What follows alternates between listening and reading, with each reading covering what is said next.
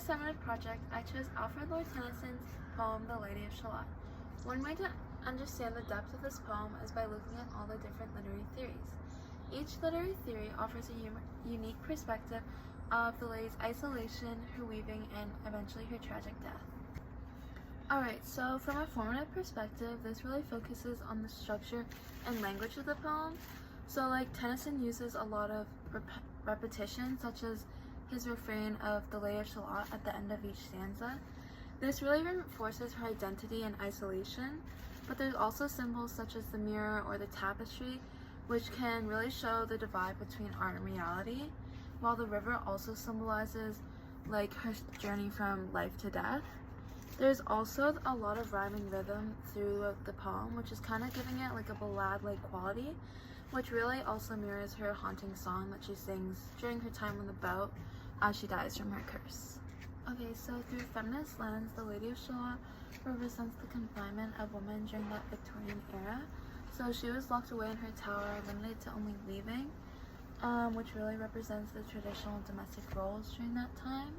But by her looking out the window to Sir Lancelot, this shows how she can be read as a woman trying to break free of these social expectations, but also with the social expectations and her trying to defy those roles, there's also punishments that come with it, and this punishment can be represented by her curse that's been put on her, which eventually leads to her death. There's also historical criticism, which we see how the poem reflects the Victorian anxieties of women, and women were meant to really remain passive or modest, which is shown in the lady, since she can't do anything else but sit in that tower and weave.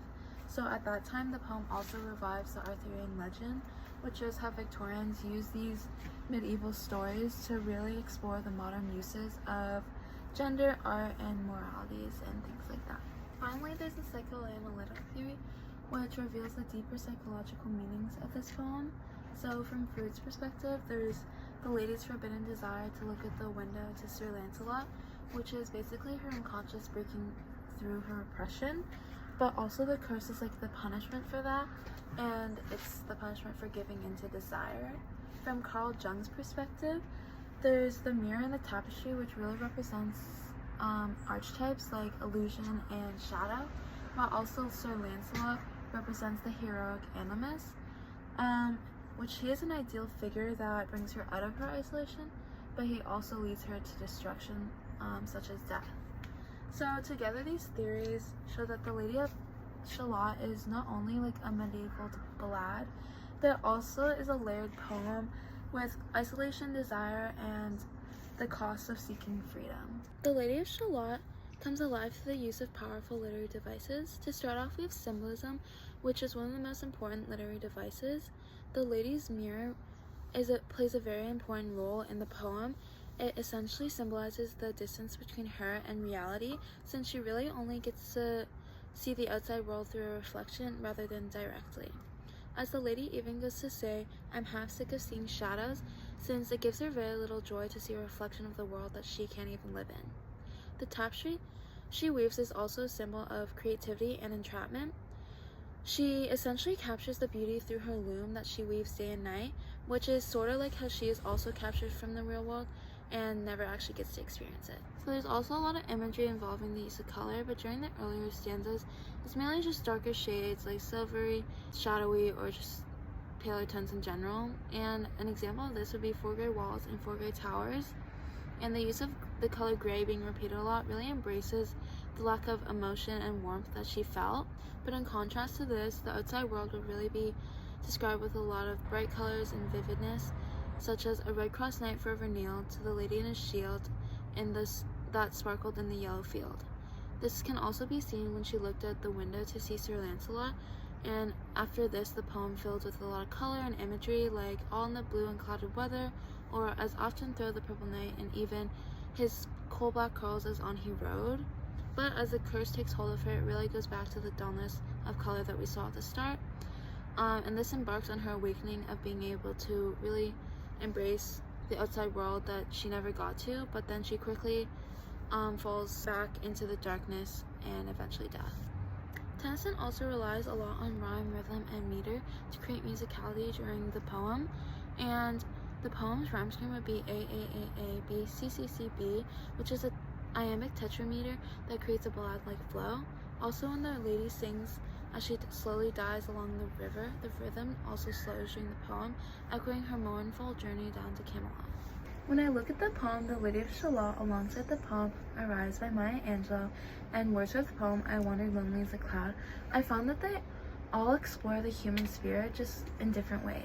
Tennyson's lady is trapped in silence with her identity bound through repetition, while Maya Angelou's poem uses lines I rise, and turns that same device of repetition into strength and self-assertion.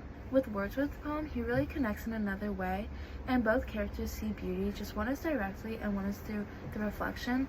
And the lady and Wordsworth character really have to use that imagination, with one having to create a magical web of what she sees, and the other really has to recall on the memory of the daffodils that flash upon the inward eye. Both of these imaginations really help them bridge their loneliness and create a connection with the beauty in the world. Mirrors, dreams, and memories. 3 ways of seeing the world, but never living in it.